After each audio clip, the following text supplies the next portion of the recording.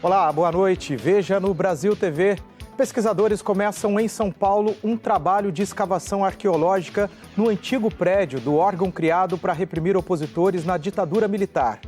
A polícia investiga um ataque que deixou um indígena baleado no Pará. A greve dos metroviários na região metropolitana do Recife entra no 3º dia. E ainda, na Semana Mundial do Aleitamento, a gente mostra exemplos de mães que doam amor em forma de leite materno. Sábado, dia 5 de agosto, agora no Brasil TV.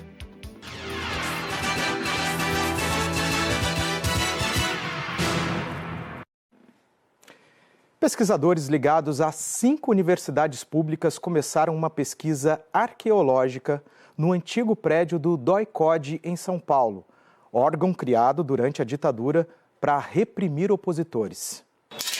A expectativa é que com esse trabalho seja possível enxergar o passado.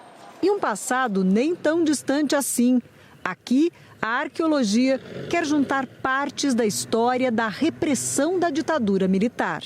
O Chiquinho Penteado mataram aqui, mataram aqui no pátio.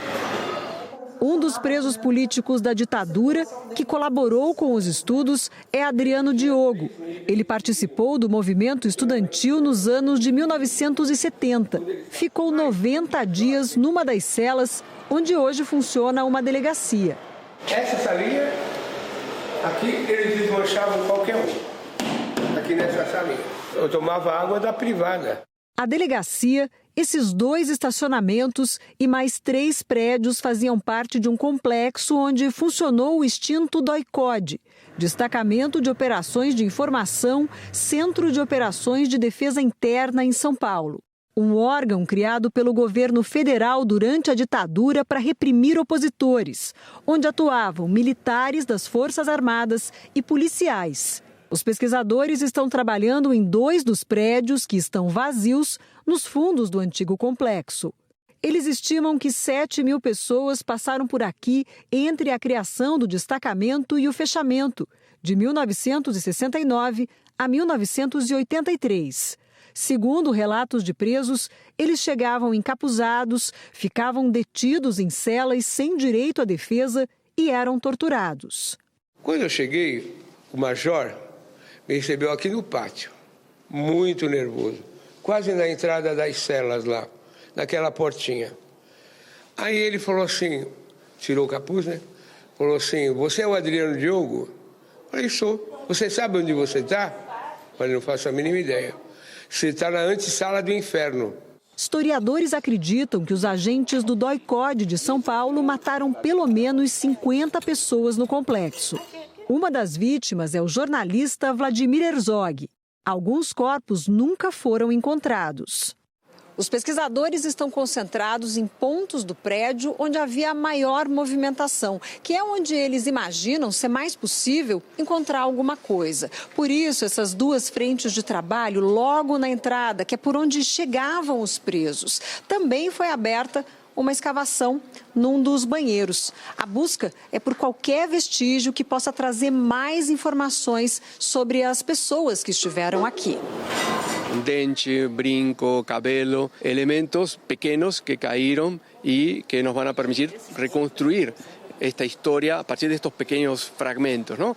Os arqueólogos também vão examinar as paredes das celas para verificar se encontram nas camadas mais antigas de pintura mensagens escritas. E uma investigação inédita no país vai tentar encontrar vestígios de sangue invisíveis a olho nu, usando luzes especiais. Pelo menos 1 ano a gente deve levar para o processamento desses dados todos, cruzar as informações e entregar o relatório. Quando as análises estiverem concluídas, os pesquisadores querem transformar o endereço num museu. As escavações devem terminar no próximo dia 14. Até lá, grupos podem entrar nos prédios em visitas guiadas.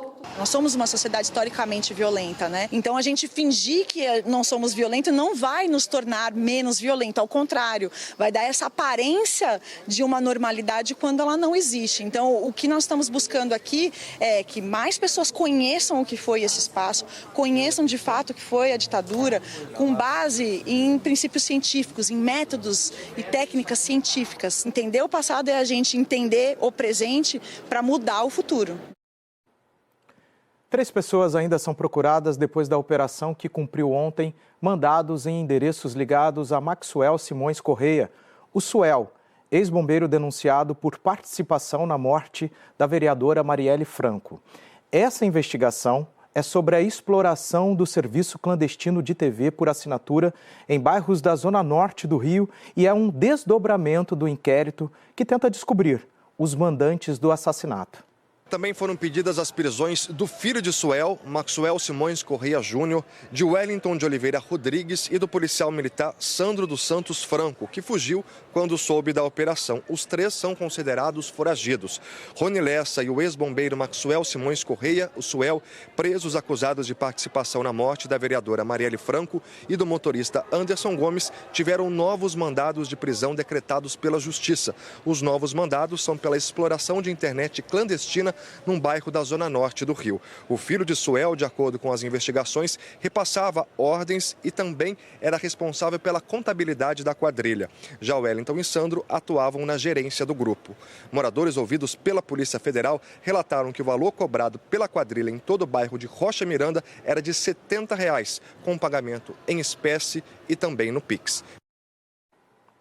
Acontece até amanhã, em Belém, o evento Diálogos Amazônicos, que antecede a Cúpula da Amazônia e discute questões cruciais relacionadas ao desenvolvimento sustentável da região. O segundo dia dos Diálogos Amazônicos em Belém destacou temas como insegurança alimentar, o respeito às mulheres e a sociobioeconomia. Ministros do governo federal, representantes de organizações sociais e lideranças de povos tradicionais dos países amazônicos participam de debates desde ontem. Mais de 400 reuniões paralelas são realizadas, além da programação oficial.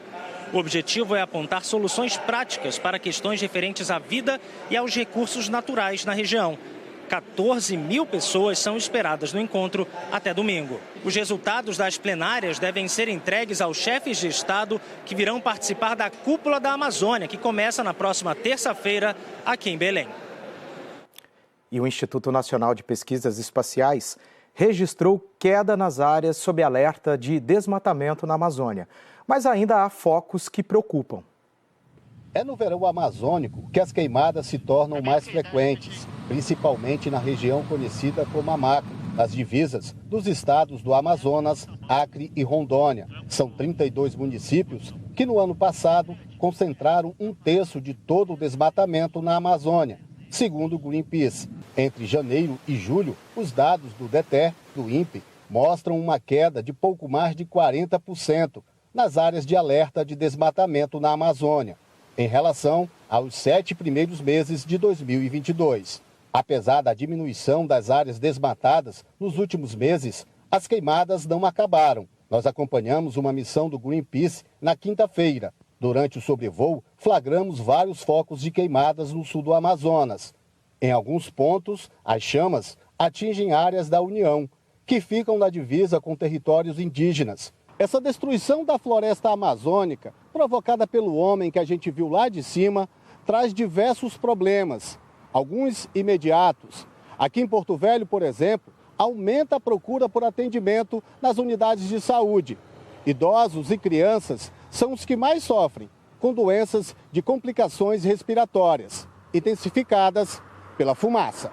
Além dos problemas respiratórios, a fumaça prejudica bastante a visão do pequeno Rafael, de 6 anos. Como ele já tem problemas, ele já tem astigmatismo e miopia, e com essa fumaça irrita muito, né? É importante que a gente passe a desenvolver uma nova economia para a floresta, para garantir essa queda contínua do desmatamento e para garantir a melhoria tanto do bem-estar social como do bem-estar ambiental aqui na Amazônia. É necessário criar uma nova economia que seja compatível com a floresta em pé e que gere benefícios sociais para todos e não fique acumulado na mão de alguns, que é o que acontece hoje em dia. Ainda sobre a região amazônica, um indígena da etnia Tembé foi baleado ontem em Tomé Açu, no Pará. Imagens é possível ver um tumulto. Logo depois, um homem aparece pegando outro no colo. Atiraram aqui, ó. O indígena da etnia Tembé foi socorrido. O tiro atingiu a região da virilha. O caso foi registrado ontem dentro da aldeia Bananal, em Tomé Açu, nordeste do estado. Um dia antes, um grupamento especializado da Polícia Militar chegou ao município, como é possível ver nesta foto. Após o ocorrido, a Associação Indígena Tembé do Vale do Acará fez a representação de uma notícia-crime junto ao Ministério Público Federal. Nela, pede providências legais e urgentes diante do caso. No documento, a vítima é identificada como o indígena Cauã Tembé Lira. Os indígenas dizem ainda que a intervenção da PM teria sido de maneira truculenta. Ainda na noite de ontem, o MPF requisitou à Polícia Federal que seja aberta investigação sobre o caso com urgência e que seja deslocado um efetivo para a área indígena.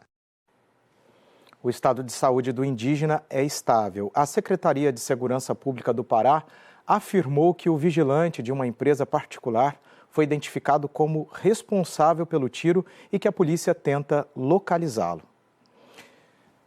A greve dos trabalhadores do metrô na região metropolitana de Recife completou 3 dias nesse sábado. Uma audiência de conciliação está prevista para segunda-feira. A greve impacta cerca de 220 mil passageiros que utilizam diariamente o metrô na região metropolitana do Recife. Mas alguns trens estão funcionando por determinação judicial. A determinação foi dada pelo Tribunal Regional do Trabalho, onde teve uma audiência de tentativa de conciliação ontem à tarde. O vice-presidente do TRT mediou a conversa entre Ministério Público do Trabalho, Metroviários e a Companhia Brasileira de Trens Urbanos. Não houve acordo e a greve está mantida, pelo menos até às 3 horas da tarde da próxima segunda-feira, que é quando acontece uma nova reunião de conciliação na sede do TRT. Enquanto isso, o Grande Recife garantiu que o reforço em 18 linhas de ônibus e 3 novas linhas criadas continua para diminuir os transtornos para os passageiros. Essa é a 3ª paralisação do ano. Os trabalhadores do metrô reivindicam um reajuste salarial, garantia de estabilidade no emprego, melhores condições de trabalho e a realocação dos funcionários caso haja uma privatização no metrô. O INSS está realizando neste fim de semana um mutirão de perícia médica e avaliação social. Mais de 1.800.000 brasileiros estão na fila para receber benefícios previdenciários. A Ângela Bispo tem as informações. Disponibilizando um pouco mais de 2.400 vagas, o mutirão acontece no Rio de Janeiro, também no Ceará, Paraíba, Distrito Federal e aqui no Piauí. Com 40 mil pessoas no aguardo, o estado tem a maior fila de espera por um atendimento do órgão. Em Teresina, os atendimentos estão acontecendo em 2 agências. Uma delas é esta, que fica na zona leste da capital, onde foram disponibilizadas 445 vagas para o benefício de prestação continuada, o BPC, e também a perícia médica. As iniciativas fazem parte das medidas adotadas pelo INSS para agilizar a análise de benefícios, como auxílio-doença e também o benefício de prestação continuada para a pessoa com deficiência. A seguir, as doações que levam nutrição e amor para milhares de bebês. E a união de 2 grandes patrimônios culturais.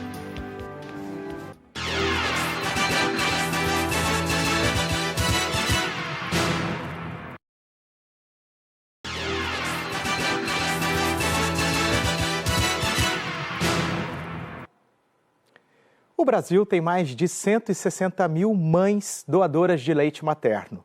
Na Semana Mundial do Aleitamento, a gente mostra a importância desse gesto.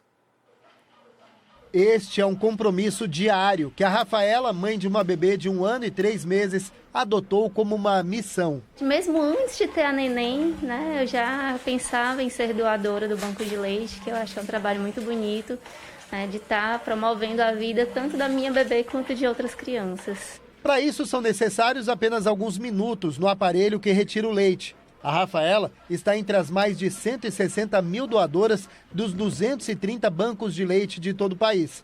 Em Fortaleza, o da Maternidade Escola incentiva as doações de mães internadas ou não, como é o caso da Virgínia. Ela quer que outros bebês desfrutem dos benefícios que o filho Miguel recebe com a amamentação. Quando está um pouquinho doentinho, o leitinho da mamãe está sempre ali, né, para suprir aquela falta de apetite. O bebê se desenvolve muito melhor, o vínculo mãe-filho é muito bom. E cada contribuição conta muito. Aqui, por exemplo, as doações de 260 mães cadastradas ainda não são suficientes para os 60 bebês que todo dia precisam do leite humano na maternidade. As mães não precisam nem sair de casa para fazer a doação. Todos os dias, uma equipe da Maternidade Escola percorre a cidade para recolher em domicílio o leite das mães cadastradas. O roteiro é definido por dia e bairro. A Mariana, mãe de uma bebê de 7 meses, faz a contribuição dela toda semana. Porque é uma graça a gente poder amamentar o nosso filho e poder salvar a vida de outros bebês, né, que a gente nem conhece. A Mariana nunca viu, por exemplo, o Elias. Ele nasceu aos 6 meses de gestação, pesando menos de 1 quilo e não pode mamar no peito. Tem sido o nosso apoio, né, aqui da equipe toda com o leite. Ele precisa ganhar esse peso para conseguir fazer a cirurgia e a gente ir para casa, né? Um gesto muito lindo. Uma nova lei que ainda vai ser regulamentada obriga cães e gatos da cidade do Rio de Janeiro que sejam registrados. Hoje a prefeitura fez uma ação para aplicar microchips nos bichinhos. A aplicação do chip dura segundos. Ela não dói, ela só tem aquela agulhadinha, né? Mas o chip é bem pequenininho, né? Então não dói. Esse aparelho lê o número de identificação que guarda dados do próprio animal, como nome, espécie, raça, cor, idade e indica quem é o dono e até o endereço da família. Esse sistema gera até mesmo uma carteira de identidade para o animal, né? A gente vê aqui a foto, o nome do cachorro, o número do chip. O Theo tá chique agora, né, Nath? Agora ele é chique, agora ele tem identidade, eu vou viajar e já vou levar a identidade. Semana que vem eu tô indo para São Paulo, já vou levar a identidade dele. Vários bairros do Rio vão receber as equipes da prefeitura esse mês. Isso é importante, porque a gente tem um amor tão grande ao animal, e se aí se perder, pelo menos a gente já tem como achar, né? Já fica mais fácil achar o animal, que é muito amor, né, gente? É amor demais, né? Um espetáculo em Belo Horizonte está reunindo 2 grandes patrimônios culturais de Minas Gerais. O Grupo Corpo é sinônimo de beleza, profissionalismo. Mudou o olhar do público para a dança, sempre reforçando as raízes culturais mineiras pelo mundo. Em mais de 40 anos, a companhia construiu uma história sólida no Brasil e no exterior. Outro grande representante de Minas também se destaca pela excelência no que faz. A Orquestra Filarmônica de Minas Gerais chega a 2023 com uma trajetória de 15 anos como referência no mundo da música. Os 2 grupos decidiram se unir e a sede da Filarmônica foi preparada para este encontro inédito. O palco precisou ser ampliado para receber tantos artistas. Neste espaço vão ficar 90 músicos da Filarmônica e 20 bailarinos do Corpo, 2 patrimônios culturais mineiros, conhecidos internacionalmente, que prometem encantar o público. É um sonho antigo de trabalharmos juntos, com 2 grupos simbólicos, né, emblemáticos até da cultura mineira, da cultura brasileira. A apresentação Filarmônica e Grupo Corpo em Concerto é formada por 3 peças, com destaque para a Estância, do compositor argentino Alberto Rinastera. A composição foi inspirada em um poema do argentino José Hernández e conta a história de um rapaz da cidade que vai ao campo e se apaixona por uma jovem local, mas tem que provar que merece o amor dela. Uma coreografia cheia de vigor, com momentos de doçura. passos que foram coreografados de um jeito diferente para este espetáculo. É uma experiência única, inclusive pela proximidade que vai ter com os bailarinos, com os artistas e a orquestra, né? Porque a orquestra está atrás dos bailarinos, quer dizer, a coreografia acontece aqui, mas no fundo também tem uma coreografia, né? Que é a orquestra tocando, que é uma beleza, essa orquestra magistral, maravilhosa. Na plateia do ensaio geral, funcionários da orquestra e do Grupo Corpo, encantados. Essa experiência, essa oportunidade foi fantástica. Dá aquela emoção, né? Aquele quentinho no coração. O Brasil TV fica por aqui. Outras notícias logo mais no Jornal Nacional, às 8h30, hora de Brasília. Uma ótima noite.